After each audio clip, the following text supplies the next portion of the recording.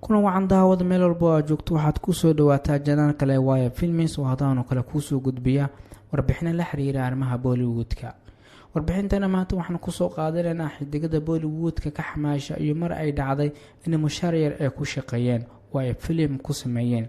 arrintan ayaa imaado iyadoo aan xidigaasi qaar ay ka cararayeen shaqo la'aan iyo in shaqada Bollywoodka ay rabeen. xidigadaas ay hadda waxay noqdeen kuwo maanta isku filan oo heer gaaray. aan gudagalno muuqaalkeena maanta aan ku eegayno xidigada mushaarka yar ku shaqeeyay film ay ka soo muuqdeen warbixintan aydin kaga diyaarinay. qofka koowaad waa Raj Kumar Roy, waa xidig kale oo loo yaqaan Raj Kumar Yadav.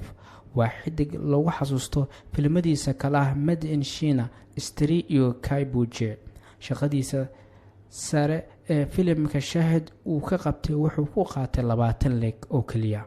qofka labaad ee muuqaalkeenan waa Nawaduddin Siddiqui, waa xidig aad loo wada yaqaan shaqada uu Bollywoodka ka qabtay filimada la xiriira iyo midda musalsalaadka sida Secret Game, laakiin sida wararka ay sheegayaan wuxuu filimkiisa Talaash ku qaatay 10 leeg.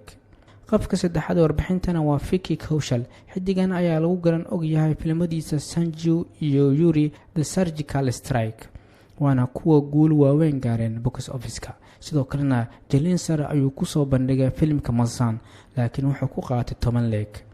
qofka afraad waa Sanjay Mishra, waa xidig lagu qadariyo filimada uu qaybta ka ahaa iyo musalsalaadkaba. waa mid ka mid ah jalayaasha ugu shaqada adag ee Bollywoodka, laakiin filimkiisa Mazan wuxuu ku qaatay 5 leeg. qofka shanaad warbixintana waa Aftab Shivdasani, waa jilaa soo saare iyo mid fashionka ka dhex muuqda. waxayna wararka sheegaya in soo saaraha filimka Great Grand Masanti aysan siinin lacag la mida midii filimkii ka horeeyay ee ku qaatay taxanaha filimkan la xiriira.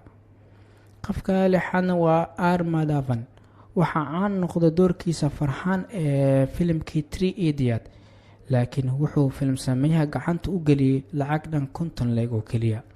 qofka toddobaad warbixintana ugu dambeeya Abhishek wuxuu ku qaatay 1 crore inuu Akshay Kumar, Jacqueline Fernandez iyo sidoo kale Ritesh Dushman uu kala soo muuqdo filimka Houseful 3.